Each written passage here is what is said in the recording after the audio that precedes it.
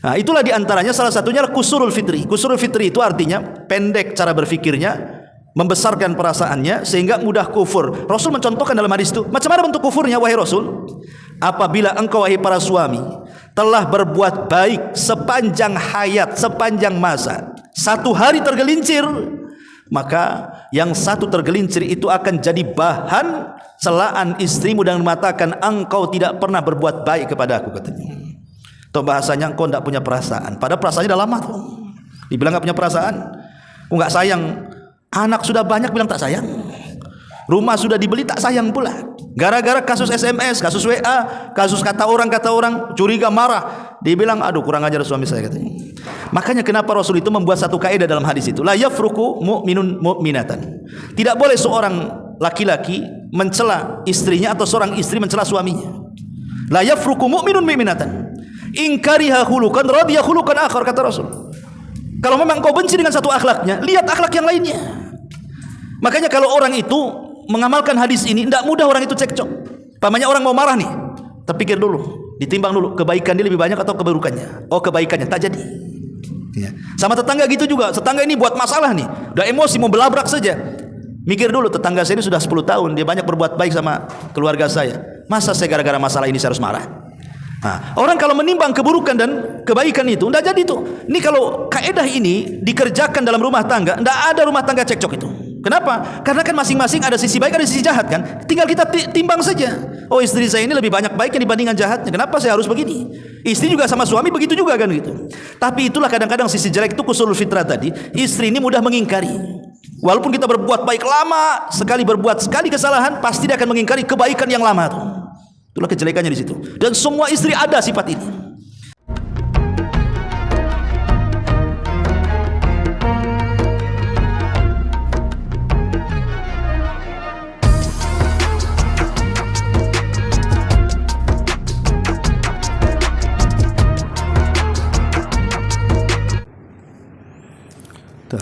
Bismillahirrahmanirrahim. Assalamualaikum warahmatullahi wabarakatuh. Alhamdulillah wassalatu wassalamu ala Rasulillah wa ala alihi wa sahbihi wa mawalah wa la hawla wa la quwata illa billahi wa ba'du. Alhamdulillah, segala puja dan puji hanya milik Allah subhanahu wa ta'ala. Salawat dan juga salam kita hadiahkan kepada Rasul kita Nabi besar Muhammad sallallahu alaihi wa ala alihi wasallam. Hadirin dan hadirat rahimakumullah, alhamdulillah di malam ini kembali kita bisa duduk di Masjid Al-Fajri Jodoh Batam. Dan tema di malam hari ini adalah tema ulasan. Karena kemarin ada yang WA ke saya, tolong Ustadz sampaikan kembali tentang masalah tema keluarga. Nggak tahu siapa yang WA, katanya Jemaah Al-Fajri gitu. Iya, tentang perkara-perkara yang diharamkan seorang istri dilakukan kepada suaminya. Ma'asyiral muslimin wal muslimat rahimani wa rahimakumullah. Tentu sebuah hal yang dicita-citakan dalam keluarga ataupun rumah tangga adalah mendapatkan sakinah, mawaddah dan juga rahmat. Itulah yang diperintahkan di dalam Al-Quranul Karim. Tetapi meraungi rumah tangga kan tidak semudah membalik telapak tangan. Terutama yang baru-baru biasanya. Kalau yang sudah lama mungkin sudah makan asam garam mungkin ya, sudah bisalah menyelesaikan konflik di dalam. Tapi yang baru-baru ini terkadang tidak bisa. Boleh jadi mungkin rumah tangganya singkat, hanya beberapa hari, bulan, atau mungkin tahun sudah berpisah. Tentu ada sebab musababnya, dan sebabnya banyak. Bisa dari arah istri ataupun dari arah suami. Tapi malam ini karena waktu juga kita akan fokuskan kepada masalah-masalah yang timbul dari istri. Ma'asyiral muslimin wal muslimat rahimakumullah. Tidak memperpanjang mukaddimah, ada 13 perkara yang harus dipahami khususnya bagi seorang istri. Jangan melakukan 13 perkara ini. Karena 13 perkara ini kalau sampai dilakukan, percaya pasti keluarganya amburadul. Ma'asyiral muslimin wal muslimat rahimani wa rahimakumullah. Yang pertama, karena sekarang sudah berbeda zamannya dengan dulu. Dulu mungkin orang tidak punya handphone, mau nelpon saja harus ke wartel. Ingat, mesti ke wartel antum, atau masih telepon umum pakai koin gitu kan. Kalau ada orang punya handphone jadul itu sudah orang kaya tuh, handphone besar tuh. Sekarang kalau ada handphone zaman dulu ada di zaman sekarang itu jadi koleksi itu, barang antik. Karena sekarang hampir semua orang punya, termasuk dalam rumah tangga kaum muslimin. Suami punya handphone, bahkan lebih dari satu pula handphonenya. Padahal tangannya 2, bisa 3 pula handphone tuh. Istri juga sama. Lah, ada hal-hal yang harus dipahami oleh seorang istri ataupun suami, ya terutama kepada istri. Tidak boleh seorang istri itu memeriksa HP suami, karena itu bagian daripada tajassus. Allah Subhanahu wa taala berfirman di dalam Al-Qur'anul Karim pada surah Al-Hujurat ayat 12. Ya ayyuhalladzina amanu jtanibu katsiran minadh-dhanni inna ba'dadh-dhanni itsmun wa la tajassasu. Wahai orang-orang yang beriman, jauhilah kebanyakan berburuk sangka atau kecurigaan, karena sebagian dari kecurigaan itu sebuah dosa. Dan janganlah kamu melakukan tajassus, artinya mencari-cari rahasia keburukan orang lain. Kalau dalam ayat ini mencari-cari keburukan rahasia orang lain itu dilarang, macam mana pula kemudian seorang istri mencari rahasia keburukan suaminya? Lebih dilarang lagi. Kepada orang lain saja tidak boleh. Makanya Nabi SAW mengatakan, iyyakum wadh-dhann fa inna dhanna akdzabul hadits. Wala tahassasu wala tajassasu wala tahasadu wala tadabaru wala tabaghadu wa kunu ibadallahi ikhwana. Jauhilah prasangka, kata Rasul, karena prasangka itu adalah sedusta-dustanya berita. Dan janganlah kamu tahassus, kemudian tajassus. Tadi sudah saya katakan, tajassus mencari-cari rahasia keburukan orang, ataupun saling hasad, saling membelakangi, saling benci. Tapi jadilah kalian bersaudara. Kalau kepada orang lain saja kita disuruh untuk akrab dan bersaudara, menjauh sifat-sifat ini, macam mana dalam keluarga? Tentu istri harus lebih menjadikan suami bukan hanya saudara, tapi dia adalah istrinya, dia adalah suaminya. Terkadang begini, ikhwatu fiddin, muliakan Allah Azza wa Jalla. Kenapa istri bisa memeriksa HP antum tuh? Kenapa coba? Ada apa dengan antum? Kenapa diperiksa HP-nya? Biasanya karena ada kecurigaan, gerak-geri yang tidak biasa. Yang biasa handphone geletak-geletak, tiba-tiba kok nyungsep di bawah bantal gitu kan. Ini ada apa ini, main sembunyi-sembunyi ya. Biasanya istri itu curiga karena ada kebiasaan lain, ya kan, yang mencurigakan, makanya dia penasaran ada apa tuh. Atau boleh juga karena tak sadar, mungkin antum ngecas handphone, istri lagi ngecas, terbaca pula WA masuk dan mencurigakan kan gitu. Atau boleh jadi karena berita yang tidak jelas, akhirnya kemudian penasaran, makanya kemudian dia mencari-cari tahu. Lah mencari-cari tahu inilah kemudian berakhir kepada mengoreksi, memeriksa, membuka HP para suami.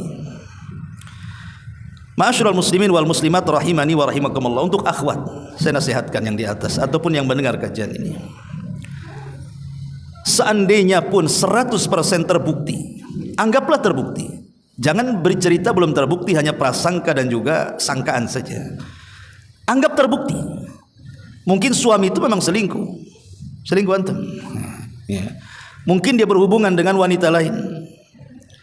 Akhirnya karena terbukti 100% kan gitu. Kemudian dia ingin mencari bukti, akhirnya menggeledah HP. Ini saja dilarang, tidak boleh. Kalaupun seandainya terbukti, apalagi baru sangkaan. Karena kalau seandainya dilakukan, apa bedanya seorang istri dengan suami? Sama-sama melakukan dosa. Si suami dosa selingkuh, si istri pula dosa tajasus. Jadi nggak ada bedanya jadinya kan, sama-sama terjerumus kepada dosa. Dosa suami sudah jelas-jelas tuh ketahuan sama istrinya selingkuh. Dosa si istri pula tajasus, sama-sama dosa besar.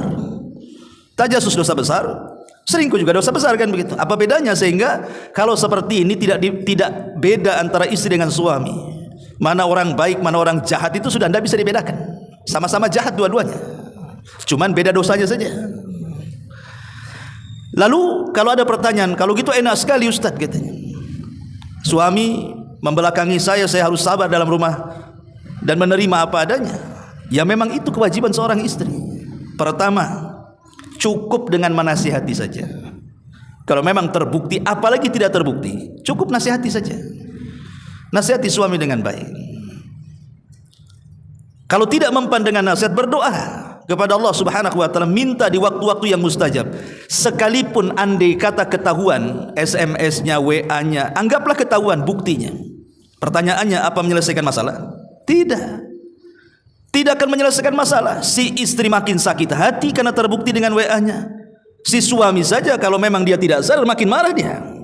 Boleh jadi mungkin malah terjadi pertengkaran, berakhir dengan perceraian. Jadi itu bukan solusi. Atau mungkin ada sebagian suami dia tobat sesaat karena ketahuan tobat dia. Lama-lama balik lagi kan begitu.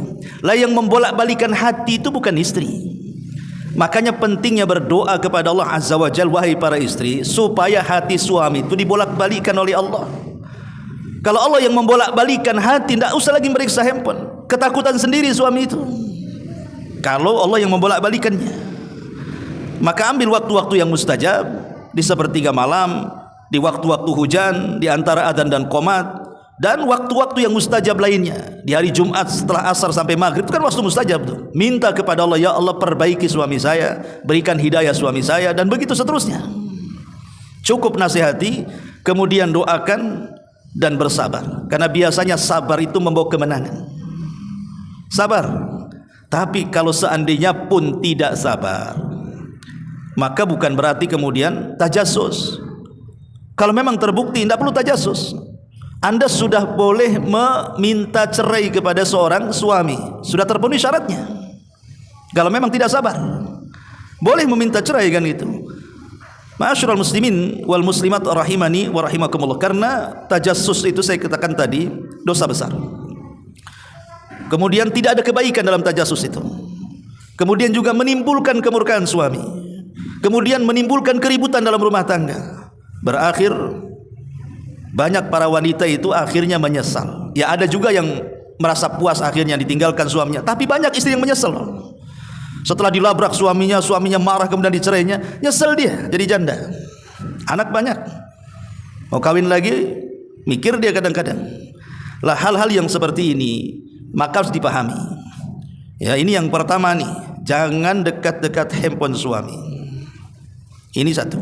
Yang kedua, ya, tidak boleh mengambil harta suami tanpa izin.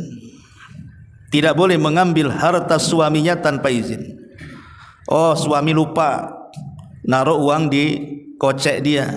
Kan ada tuh kadang tuh lupa tuh, 100 200 pas dicuci sama istri kan. Wah, itu ganimah tuh. Jingkrak-jingkrak istri dapat ganimah katanya kan. Itu bukan harta istri, itu harta suami. Tetap harus kasih tahu, jangan sembunyi-sembunyi. Tidak boleh, karena mengambil tanpa izin itu juga sebuah pencurian. Itu kalau suaminya baik. Ingatlah, kalau suaminya bertanggung jawab. Maksudnya kalau sudah memenuhi 5 hak yang sudah saya jelaskan pada waktu yang lalu. Suaminya sudah ngasih rumah, walaupun ngontrak jadilah kan itu. Suaminya ngasih pakaian sehingga istrinya tidak buka aurat, sudah tertutup auratnya. Suaminya sudah ngasih makan minum, cukuplah untuk kesehatan dia. Kalau istri sakit, suaminya maulah belikan obat atau ke apotek atau diajak ke dokter. adalah perhatian dengan kesehatannya. Suaminya bertanggung jawab dengan anak-anaknya kalau punya anak untuk nyekolahkan. Ini 5 kalau sudah diberikan oleh suami, maka kewajiban suami gugur. Enggak boleh istri mengambil hak lebih daripada yang diberikan suaminya. Kecuali kalau suaminya bakhil kikir, itu lain lagi. Kalau suami bakhil kikir, maka syariat Islam membolehkan istri mengambil tanpa izin. Nyuri-nyuri di dompet antum itu tidak apa-apa kalau antum bakhil. Karena dahulu di zaman Nabi SAW ada seorang sahabat namanya Abi Sufyan radhiyallahu an. Dulunya musuh Nabi tapi belakang dapat hidayah. Itu punya istri namanya Hindun. Abi Sufyan itu masya Allah kaya tapi medit kikir, naudzubillah. Sehingga Hindun ini harus mencari pekerjaan untuk menghidupi anak-anaknya. Padahal suaminya sanggup ngasih makan, tapi istri yang cari kerja. Ya. Jadi lama-lama jenuhlah Hindun ini. Akhirnya dia selalu mengambil sebagian harta daripada Abi Sufyan tanpa sepengetahuannya. Tapi dia enggak enak, dia datang kepada Rasul bertanya dengan mengatakan, ya Rasulullah, boleh enggak saya mengambil harta dari suami saya tanpa izin karena dia suami yang pelit? Maka Nabi SAW mengatakan, khudhi min malihi bil ma'ruf ma yakfiki wa yakfi baniki. Ambillah dari harta suamimu yang mencukupi dirimu dan anak-anakmu dengan cara yang baik. Al-Hafidz Ibnu Hajar Al-Asqalani rahimahullah ta'ala mengatakan bahwa makna mengambil dengan cara baik itu maksudnya adalah ambil sesuai dengan hajat dan kebutuhannya dan tidak boleh lebih.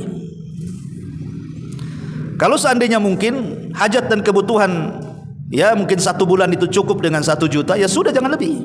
Cukup dengan 1 juta, kenapa harus ngambil 10 juta? Ya. Nah itu maksudnya boleh.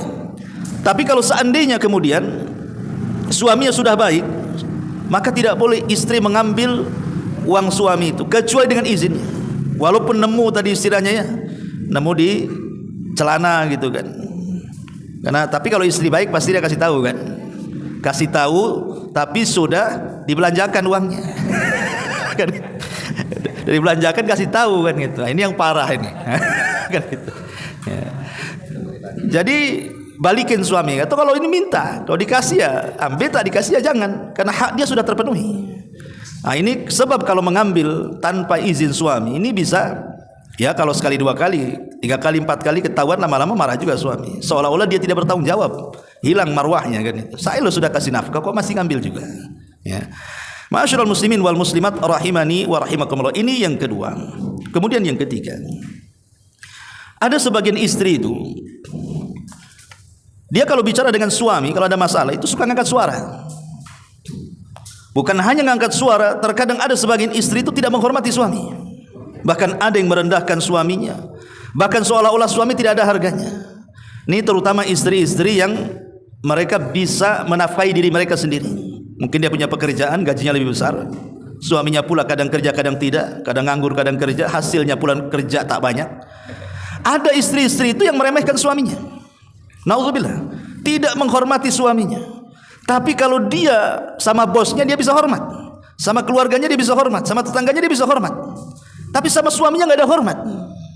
Lah ini istri-istri yang seperti ini membahayakan, karena suami itu kan punya marwah. 1 hari kalau terus direndahkan, pasti dia juga tidak akan terima. Makanya kenapa Nabi SAW dengan tegas mengatakan, ayyuma imra'atin matat wa zawjuha anha radin dakhalatil jannah. Wanita mana saja, kata Rasul, kalau dia meninggal dunia dan istrinya, suaminya sangat redha karena kebaikan istrinya di waktu masih hidup sama dia, mungkin waktu hidup istrinya baik sekali sama suaminya, ketika meninggal suaminya redha, maka Nabi SAW menjanjikan wanita itu dipastikan masuk surga. Lihat bagaimana keredhaan suami menjamin seorang istri masuk surga. Tapi kalau seorang istri meninggal, suami kok senang, alhamdulillah katanya, masa hidup saya itu aduh direndahkan sama dia, tidak dihormati, kalau ngomong terpeki-peki kayak di pasar dan begitu seterusnya, mati pula katanya. Ini harapan saya katanya. Ini suami nih, ini kalau kayak gini bahaya nih. Yeah. Makanya kenapa dalam hadis Muadz bin Jabal radhiyallahu an, Nabi SAW bersabda, la tu'dhi imra'atun zawjaha fi dunya. illa qalat zaujatuhu minal huril in la tu'dhihi qatalakillahu fa innama huwa indaka dakhilun yushiku an yufariqaki ilaina. Kata Nabi SAW dari hadis Mu'adz bin Jabal yang disahihkan oleh Syekh Albani rahimahullahu taala, tidaklah seorang istri berani menyakiti suaminya dengan kata-katanya, dengan tidak menghargai, tidak menghormatinya, melainkan istrinya kelak, maksudnya istri keduanya kelak di sorga, bidadari, ya, akan marah. Dan bidadari akan mengatakan, janganlah engkau menyakitinya, semoga Allah membunuhmu. Dia sang suami hanya tamu di sisimu, hampir saja ia akan meninggalkan kamu untuk menuju kami para bidadari. Lihat, bidadari di sorga marah kepada para istri yang menyakiti suaminya. Kalau seandainya ada wanita cantik, antum ketika direndahkan, dihina, tiba-tiba datang pula wanita cantik ini, udah cantik, kaya, terhormat, ngomong sama istrinya, kok jangan macam-macam dengan suamimu tuh. Ya. Dia itu hanya sebentar, tar lagi balik ke saya. Kira-kira perasaan istri gimana tuh? Ini baru di dunia. Padahal kecantikan bidadari itu tidak ada tandingannya dengan wanita dunia. Pasti akan sakit istri itu. Makanya jangan pernah menyakiti suami, nanti engkau akan sakit. Kama tadi nutudan. Bahkan yang lebih parah lagi, ada hukuman. Nabi SAW mengatakan, ithnani la tujawizu salatuhuma ru'usahuma. Ada dua kelompok solatnya tidak mungkin melampaui kepalanya. Maknanya solatnya tidak berpahala, tidak diterima. Ya mungkin sah solatnya, tapi nggak dapat apa-apa karena tidak melampaui kepalanya, kata Rasul. Lah salah satunya Rasul mengatakan, wamra'atun asab zaujaha hatta tarji'a. Seorang wanita yang durhaka kepada suaminya sampai dia mau bertobat dan rujuk dan minta maaf kepada suaminya. Lihat bagaimana ancaman berat ini kan. Ibadahnya ditolak oleh Allah Subhanahu wa taala. Ini yang ketiga. Yang keempat, bahwa kita tahu bahwa saya, antum yang laki-laki lah, ketika menikah dengan seorang wanita itu tujuan utamanya itu kan untuk supaya kita tertundukkan pandangan dan syahwat kita. Ada pandangan yang dihalalkan dan syahwat yang disalurkan yang berpahala. Itu tujuan laki-laki menikah dengan seorang istri itu umumnya adalah untuk melampiaskan syahwatnya. Karena laki-laki itu kesenangannya cuma satu di dunia ini, perempuan. Tapi kalau istri menikahi suami, itu belum tentu masalah seks, masalah syahwat. Belum tentu, terkadang masalah-masalah dunia lainnya. Boleh jadi mungkin karena suaminya kaya, akhirnya dia bisa hidup dengan senang dengan suaminya, bisa bersenang-senang dengan pakaiannya, bisa bersenang-senang dengan tasnya, dengan perhiasannya, dengan barang-barang yang lainnya. Jadi kesenangan istri itu terbagi banyak. Tapi kalau kesenangan suami fokus satu, dia perempuan saja. Tapi kalau kesenangan istri banyak. Makanya lihat antum koleksi barang-barang istri di rumah itu. Itu kalau pakaian saja antum setengah lemari, dia 3 lemari itu. Ya kan? Antum satu sandal itu pun sudah ngangak lemnya tuh, gak diganti-ganti. Istri bisa 3 sandal, 4 sandal. Lain lagi itu sandal kondangan ini, sandal ke pengajian itu kan gitu. Tas juga sama. Kalau kadang-kadang antum pakai kresek aja kemana-mana. Istri tidak bisa. Koleksinya dia banyak kan, sepatu banyak, sandal banyak, tas banyak, pakaian banyak. Memang kesenangan dia beragam. Ya. Tapi kalau suami ini kesenangannya cuma satu, istri saja. Kalau saya buat analogi seperti ini, antum disuruh milih 2 perempuan, yang satu cantik sekali, miskin, ya, nggak sekolah pun, bego-bego dikit lah. Yang satu pula kaya raya, tapi orangnya jelek, hitam, gemuk, pokoknya nggak menarik. Kemudian dihadapkan ke antum, tapi dia kaya, pilih mana antum? Pasti yang cantik. Nggak apa-apa, mau miskin, mau bego, mau terserah, kan? Tapi kalau kita balik kepada wanita, itu justru terbalik. Antum ganteng saganteng-gantengnya, hidup di ruli, banyak utang, ya kan? Satunya hitam celeng, wah pokoknya nggak tampan, tapi mobilnya, rumahnya, gajinya, suami nggak akan milih antum walaupun cakep, nggak akan. Wah apa sih hidup sama dia kalau susah katanya? Saya bagus sama ini, kata, senang hidupnya. Itulah logika sebenarnya di sini. Artinya yang ingin saya katakan poin yang keempat ini, wahai para istri, karena tujuan suami itu cuma satu, melampiaskan seksnya, dalam kehidupan rumah tangga itu, maka jangan sekali-kali malas untuk melayani dalam bab ini. Karena banyak suami yang sakit hati gara-gara bab ini. Bukan hanya suami yang sakit hati, sak malaikat-malaikat ikut melaknat. Ya. Nabi SAW sampai mengatakan dalam sebuah hadis, ya, idza da'a ar-rajulu imra'atahu ila firashihi fa'abat fabata ghadban la'anathal malaikatu hatta tusbiha.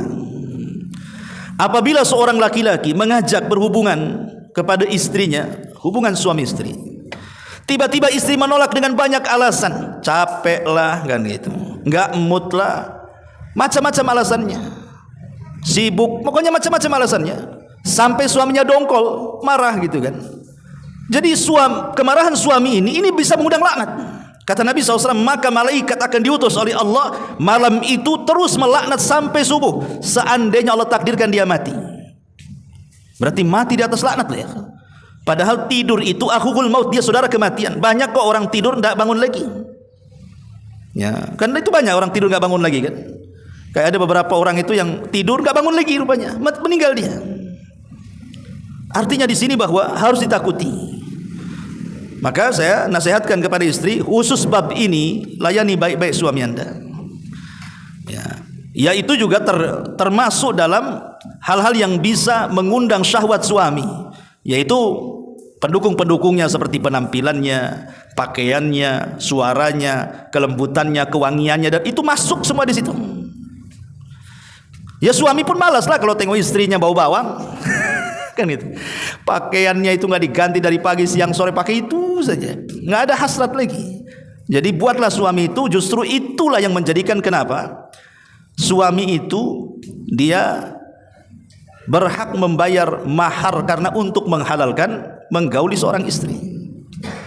Kalau istri kemudian menolak, tidak mau digauli, maka suami berhak menghentikan nafkahnya. Boleh dia menghentikan nafkahnya. Kalau dia menolak, hentikan nafkahnya. Ya, karena dia sudah nusuz, masuk dalam bab nusuz itu.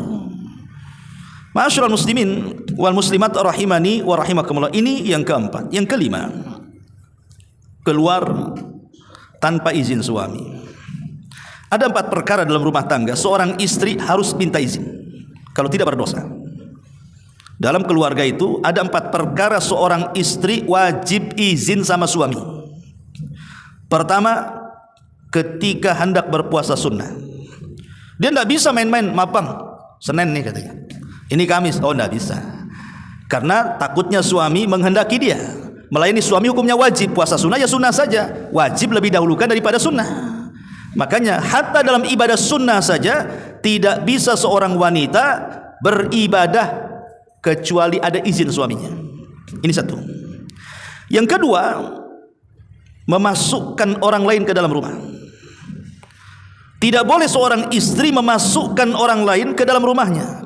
Apakah orang ini laki-laki, apakah orang ini perempuan, apakah orang ini kerabat, apakah orang ini keluarga, apakah orang ini tetangga, siapapun tidak boleh, kecuali dengan izin suaminya. Izin bang, ada kawan mau main ke rumah nih bang, boleh enggak? Ini enggak, suami datang-datang udah rame rumah tuh, kulkas kosong pula gitu. Oh ini ada acara ini, kenapa suami tak tahu? Ngasih taunya belakangan pula kan. Ma bang, kulkas habis kata. Kenapa? Tadi siang kawan-kawan datang. Ini kan kurang ajar istri kayak gini nih. Tidak boleh. Istri harus kasih izin dulu. Kalau tidak ada izin, siapapun tidak boleh masuk ke rumahnya. Siapapun dia. Ya, harus ada izin. Jadi ini penting, ini wajib hukumnya. Kalau tidak berdosa memasukkan orang. Karena ini dalam khutbah Jabir bin Abdullah radhiyallahu an, ketika Hajjatul Wada, Rasul berkhutbah. Salah satu khutbahnya adalah tidak boleh seorang wanita memasukkan ke dalam rumah wanita, kepada rumah suaminya tanpa izinnya. Itu khutbah yang luar biasa, Hajjatul Wada ya. Haji perpisahan Nabi di padang Arafah. Yang ketiga memakai uang suami. Wajib izin. Memakai uang suami. Ya tadi contohnya nemu uang di celana suami. Suami biasanya kalau 2.000 3.000 biasanya lupa tuh. Nggak apa-apa sih gitu. Tapi kalau sudah 500, kepikiran kalau kepake tuh. Banyak loh. 500 kepikiran kan. Aduh kan itu. Jadi tetap memakai harta suami tetap harus izin kalau suami sudah bagus. Ya, kecuali kalau bakhil tadi ya. Nah, kemudian yang terakhir ini, tidak boleh istri ini keluar rumah, entah ke tetangga yang sebelahnya sekalipun, apalagi ke teman-temannya yang jauh, kecuali harus minta izin. Jangan kebiasaan istri-istri sudah di rumah temannya WA, saya di rumah teman katanya, lah ini gimana ya. Jadi jangan membuat konflik dalam keluarga. Ini 4 perkara tidak boleh tidak, harus minta izin. Saya ulang, ketika beribadah sunnah minta izin. Yang kedua, memasukkan orang ke rumah minta izin. Yang ketiga, memakai uang suami minta izin. Dan yang keempat, keluar rumah harus minta izin. Ma'asyiral muslimat yang dimuliakan Allah Azza wa Jalla. Kenapa demikian? Ini perintah Al-Quran. Dalam surah Al-Ahzab ayat 33, Allah mengatakan, waqarna fi buyutikun, hendaklah kamu para istri tetap di rumah-rumah kalian, wala tabarrujna tabarrujal jahiliyatil ula, dan janganlah kalian bertingkah seperti tingkahnya orang-orang jahiliyah. Ini yang kelima. Yang keenam, ada sebagian istri ketika suami bekerja di luar. Ini khususnya bagi suami-suami yang mungkin kerja kapal, yang kadang-kadang sebulan, 2 bulan, bahkan setahun 2 tahun baru pulang kan. Atau mungkin di luar kota, atau boleh jadi mungkin masih satu kota, ya, pergi pagi pulang malam gitu ya. Ada sebagian istri itu, dia hilang rasa malunya, seolah-olah dia tidak punya suami, sehingga ketika tidak ada suami itu seolah-olah dia merdeka, dia tidak ada ikatan yang namanya mitsaqan ghalidha. Sebagaimana Allah mengatakan dalam surah An-Nisa 21 bahwa suami istri itu terikat dengan mitsaq al-ghalid. Mitsaq al-ghalid itu artinya ikatan yang sangat kuat.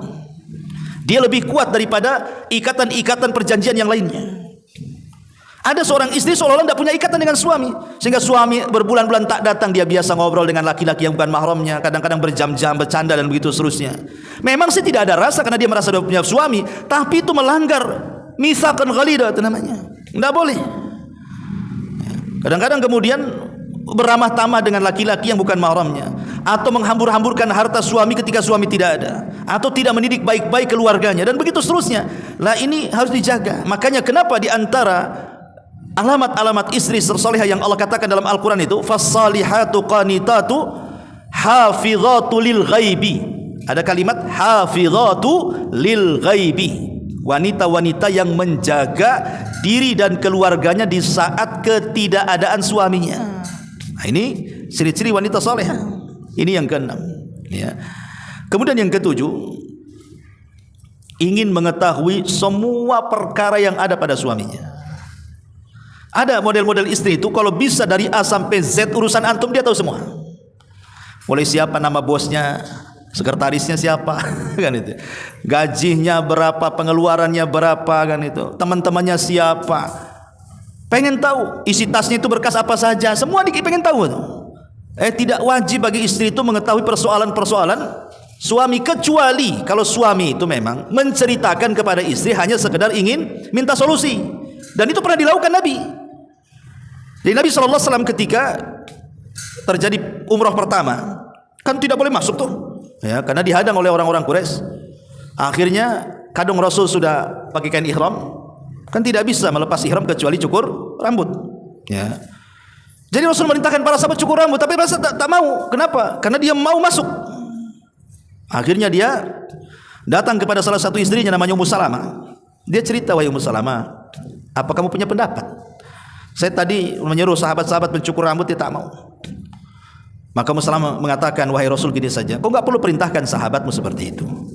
Kau panggil tukang cukur, kau cukur di hadapan mereka, nanti mereka ikut, katanya. Betul, ketika Rasul mengambil tukang cukur, digundul, semua sahabat ikut gundul. Artinya kan kalau minta solusi boleh mengungkapkan rahasia, kan, ya. Tapi kalau suami tidak meminta solusi, tidak perlu dikorek-korek. Tidak ada istri Nabi itu yang mengorek-ngorek kondisi urusan Nabi SAW. Karena bagaimanapun urusan istri sudah ada sendiri bidangnya, urusan suami sudah ada sendiri bidangnya. Suami lebih paham sebagaimana istri juga lebih paham dengan kewajibannya. Kan istri lebih paham, antum tidak boleh ngeritik-ngeritik istri. Mereka lebih paham kan bagaimana kondisi rumah. Kadang istri ini tangan 2 bisa jadi 10, dia bisa dalam satu waktu ngerjakan apapun. Kita suami tidak bisa. Satu kerjaan ya fokus, kan itu. Tidak bisa antum depan komputer sambil gendong anak, kan. Yang ada dimakinya anak antum, ganggu kerja saja. Kalau istri biasa gendong anak, masak, kadang-kadang nerima telepon, bisa dia. Kaki tangan gerak semua tuh. Artinya istri sudah ada bidangnya. Tekuni di bidangnya, suami ada bidang, enggak usahlah masuk-masuk di luar pagar itu. Ini yang nomor 7. Yang nomor 8. Jangan sampai membuka rahasia. Ada seorang istri itu yang suka membuka rahasia suaminya, walaupun kepada keluarganya. Ada seorang istri yang curhat kepada ibunya, kepada bapaknya tentang sikap suaminya. Tidak boleh. Tidak boleh menceritakan privasi. Cukup Anda dengan suami yang tahu. Nggak usah cerita, apalagi kemudian sampai bicara dengan temannya, mancing-mancing. Gaji suami berapa? Oh, gaji suami saya 100 juta. Gaji suamimu? Aduh, tahulah tukang bangunan berapa kan ya. Nah, itulah kau cari jodoh tukang bangunan katanya. Nah, jadinya kan dihina. Kan repot jadinya kan. Nih, gara-gara membuka privasi akhirnya apa? Malah dihina suaminya. Nauzubillah. Apalagi sampai terlalu dalam, seperti dalam urusan ranjang. Ini ada ancaman sendiri. Nabi SAW mengatakan, inna min asyarrin nasi indallahi manzilatan yaumal qiyamah. Ar-rajulu yufdi ila imratihi wa tufdi ilaihi thumma yanshuru sirraha, kata Rasul. Sungguh manusia yang paling buruk kedudukannya pada hari kiamat menurut Allah adalah seorang laki-laki menggauli istrinya kemudian menyebarkan rahasia ranjangnya, atau seorang wanita juga sama, bergaul dengan suaminya kemudian menyebar rahasia ranjangnya. Ada seorang istri itu yang tidak punya malu, dia menceritakan suaminya. Naudzubillah. Ya, menceritakan enggak boleh. Suami ini mau kuat, mau loyo, mau lemah, mau apa, rahasiakan. Itu urusan Anda dengan suami. Tidak boleh sampai keluar, karena ini aib. Ya, dosanya besar, bahkan dinyatakan seburuk-buruk manusia, kata Nabi. Naudzubillah. Ya. Kemudian kecuali ya kalau menceritakan dalam rangka konsultasi, ya nggak apa-apa. Pamannya suaminya impoten, ya. Kemudian pengen diperiksa ke dokter, malu, istrinya ngomong, ya nggak masalah. Ya. Kalau sampai datang ke dokter diem saja, ya dokter nggak tahu kan gitu. Apa keluhannya, diem aja. Terus ngomong, nggak boleh diceritakan dok, katanya. Nabi melarang. Nah, nggak tahu dokter mau ngasih resep apa di situ.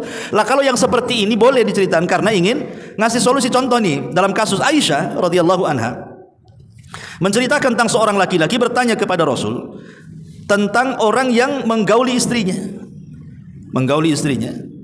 tetapi belum sampai mengeluarkan sperma, hanya baru bersentuhan antara zakar dan kemaluan perempuan saja, belum masuk dan belum mengeluarkan sperma, hanya bersentuhan.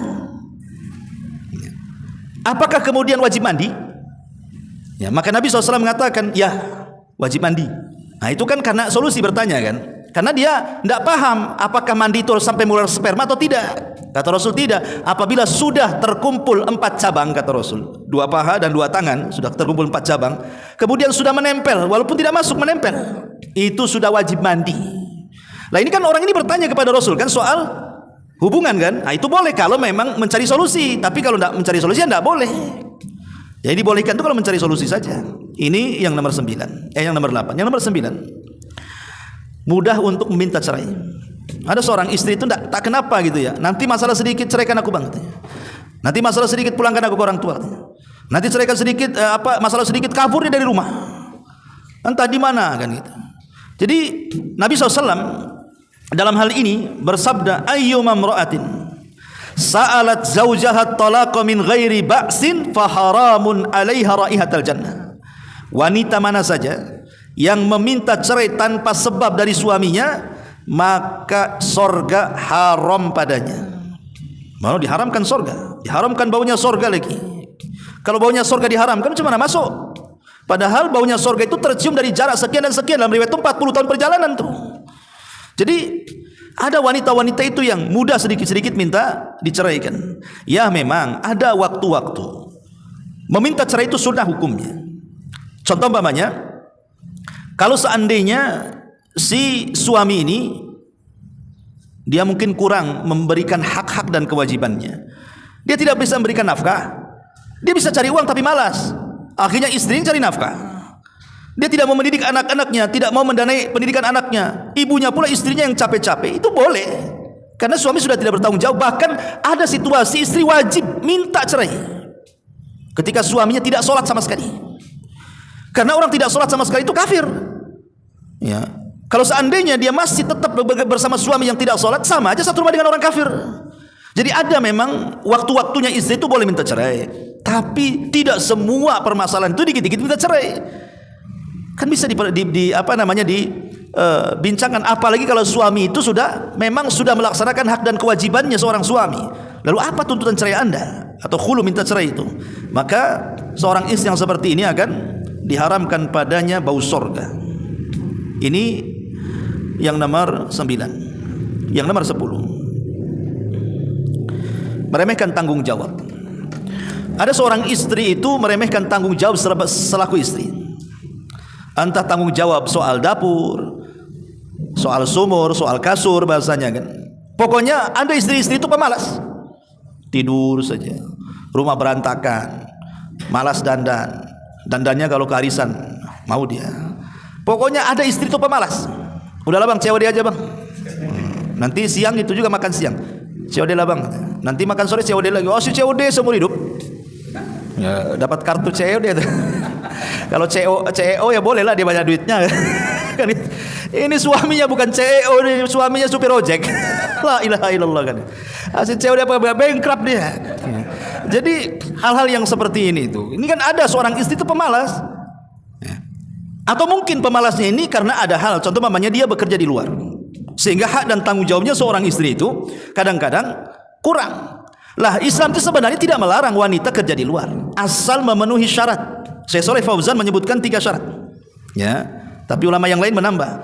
Pertama, boleh seorang wanita bekerja di luar kalau memang pekerjaan yang dibutuhkan itu betul-betul pekerjaan yang memang layak untuk seorang wanita. Masyarakat membutuhkan. Tidak bisa laki-laki yang bekerja, harus perempuan. Ya. Yang kedua, bekerja di luar rumah dilakukan setelah kewajiban-kewajiban rumah tangga dilakukan. Boleh Anda keluar. Ini tidak, yang harusnya pagi itu ya nyediain sarapan suami, nyediain kopi tuh apa gitu. 5:30 udah hilang. Suami yang sibuk di dapur kan. Lah ini yang seperti ini nih yang kadang-kadang diremehkan. Boleh kerja di luar tapi kewajiban rumah selesaikan dulu. Atau yang ketiga kata Syekh Shalih Fauzan, di tempat lingkungan bekerja itu yang banyak berinteraksi antara sesama perempuan, tidak ada ikhtilat di situ. Nah, kalau 3 ini ada kata Syekh Shalih Fauzan boleh. Atau sebagian ulama menambahkan harus ada izin suami.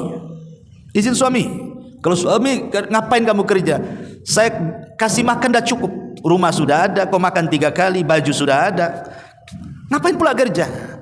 Ya, kalau sudah memang hak dan tanggung jawab diberikan kepada suami, apa masalahnya suami larang? Berhak melarang. Tapi kalau memang suaminya kekurangan, istri ingin membantu, tidak ada masalah. Tapi izin dulu. Boleh nggak bang, saya kerja sama tetangga umpamanya, jadi pembantu nyucikan pakaiannya. Kan dekat juga rumahnya. Dan kalau seandainya jauh, masafah safar, maka harus diantar suaminya. Karena harus ada mahramnya kan. Kecuali kalau mamanya wilayah Batam yang bukan safar kan, masih sekitar Batam ini kan bukan safar, bolehlah sendiri. Tapi kalau udah kerja di Tanjung Pinang, kerja di Tanjung Uban atau kerja di Bali Karimun, itu kan sudah masafah safar itu. Ya ditemanilah mahramnya, entah suaminya entah siapa. Ya. Kemudian juga harus menjaga adab-adab syar'i, pakaian-pakaian dan begitu seterusnya. Karena biasanya kalau perempuan ini kerja di luar, itu madaratnya lebih besar dibandingkan manfaatnya, terutama dalam keharmonisan rumah tangga. Betapa banyak saya contohkan. Pamannya seorang istri kerja di kantor.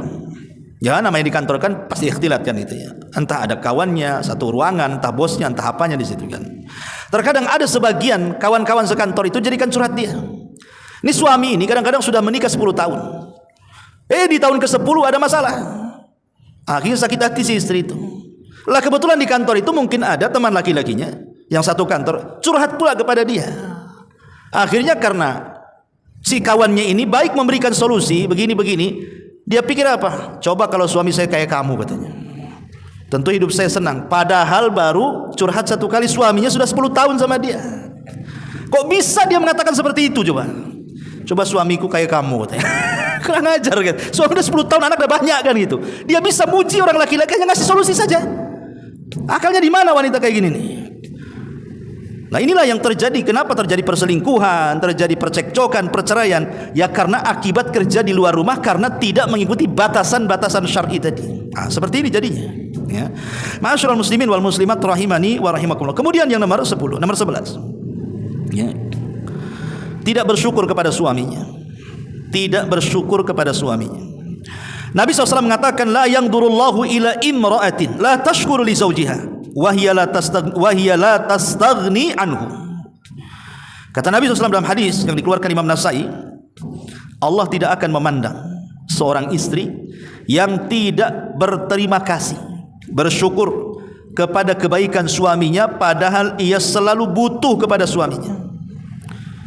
Dia butuh sama suaminya, ya butuh uangnya, butuh perlindungannya, butuh macam-macamnya, tapi dia tidak mau berterima kasih, tidak mau bersyukur kepada suaminya, tidak mau mengatakan jazakumullah, syukran atau apa gitu. Ini istri sombong seperti ini. Karena memang salah satu tabiat yang tidak bisa lepas pada seorang wanita, semua wanita ya, istri antum, istri ana, istri siapa sajalah, ada satu kekurangan itu melekat pada semua wanita, tidak bisa dihilangkan, nggak bisa dihilangkan. Satu kekurangan ini nggak bisa dihilangkan.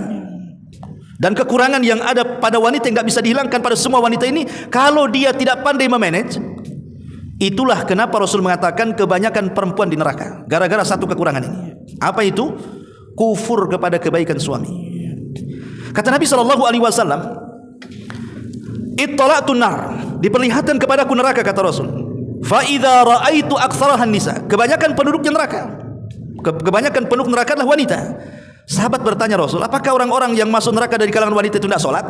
Sholat mereka. Apa tidak puasa? Puasa mereka. Apa tidak ibadah? Ibadah. Boleh jadi di antara mereka ahli sholat malam, ahli puasa sunnah, ahli Quran, ahli zikir. Tapi kenapa mereka bisa masuk neraka? Maka Rasul mengatakan, walakinnahunna yakfurnal ashir. Kesalahannya satu, karena dia suka kufur dengan suaminya. Di situ yang disebut oleh para ulama dengan kusurul fitri namanya. Kusurul fitri itu pendeknya fitrah. Mudah emosi, kalau senang-senang sekali, kalau benci-benci sekali. Itulah perempuan. Karena perempuan itu ikut perasaan, bukan ikut akalnya. Akalnya belakangan, perasaannya dulu yang maju. Makanya setelah perasaannya maju, baru berpikir akalnya nyesal belakangannya. Kalau laki-laki kan pakai akal dulu. Akal dulu, baru perasaan. Makanya kenapa hak talak itu dipegang laki-laki, bukan oleh perempuan. Kalau hak talak dipegang perempuan, pengadilan agama itu setiap hari berjubel tuh, minta cerai itu. Tapi kan hak talak dipegang antum kan. Makanya antum ketika menceraikan istri, walaupun emosi apapun, pasti berpikir, akhirnya tak jadi ya. Oh, udah malam tuh saya ceraikan, besoknya tak jadi. Mikir nengok anak-anak, nengok ini, nengok itu, macam-macam yang ditengok kan. Kalau istri nggak gitu. Kalau malam ini pengadilan buka, sekarang juga ke pengadilan katanya. Si baik malam tak buka katanya. Nah, itulah diantaranya salah satunya adalah kusurul fitri. Kusurul fitri itu artinya pendek cara berfikirnya, membesarkan perasaannya sehingga mudah kufur. Rasul mencontohkan dalam hadis itu, macam mana bentuk kufurnya wahai Rasul? Apabila engkau wahai para suami telah berbuat baik sepanjang hayat, sepanjang masa, satu hari tergelincir, maka yang satu tergelincir itu akan jadi bahan celaan istrimu dan mengatakan engkau tidak pernah berbuat baik kepadaku, katanya. Atau bahasanya engkau tidak punya perasaan. Padahal perasaannya dah lama tuh. Dibilang nggak punya perasaan, aku nggak sayang. Anak sudah banyak bilang tak sayang.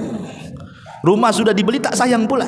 Gara-gara kasus SMS, kasus WA, kasus kata orang, curiga, marah, dibilang aduh kurang ajar suami saya, katanya. Makanya kenapa Rasul itu membuat satu kaidah dalam hadis itu, la yafruku mu'minun mu'minatan. Tidak boleh seorang laki-laki mencela istrinya atau seorang istri mencela suaminya. La yafruku mu'minun mu'minatan. In kariha khuluqan radiya khuluqan akhar, kata Rasul. Kalau memang kau benci dengan satu akhlaknya, lihat akhlak yang lainnya. Makanya kalau orang itu mengamalkan hadis ini, tidak mudah orang itu cekcok. Pamannya orang mau marah nih, terpikir dulu, ditimbang dulu, kebaikan dia lebih banyak atau keburukannya. Oh, kebaikannya, tak jadi. Ya.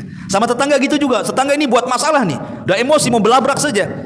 Mikir dulu, tetangga saya ini sudah 10 tahun, dia banyak berbuat baik sama keluarga saya. Masa saya gara-gara masalah ini saya harus marah? Nah, orang kalau menimbang keburukan dan kebaikan itu, tidak jadi itu. Ini kalau kaidah ini dikerjakan dalam rumah tangga, tidak ada rumah tangga cekcok itu. Kenapa? Karena kan masing-masing ada sisi baik, ada sisi jahat kan. Tinggal kita timbang saja.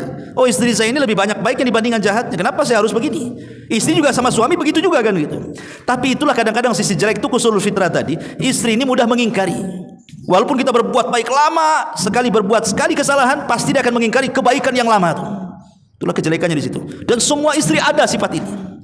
Makanya antum harus sabar di sifat ini. Ya, kalau istri sudah ngomel kan gitu ya kan, pergi saja antum. Enggak usah dilayan. Pergi. Ya. Itu biasa ngomel-ngomel.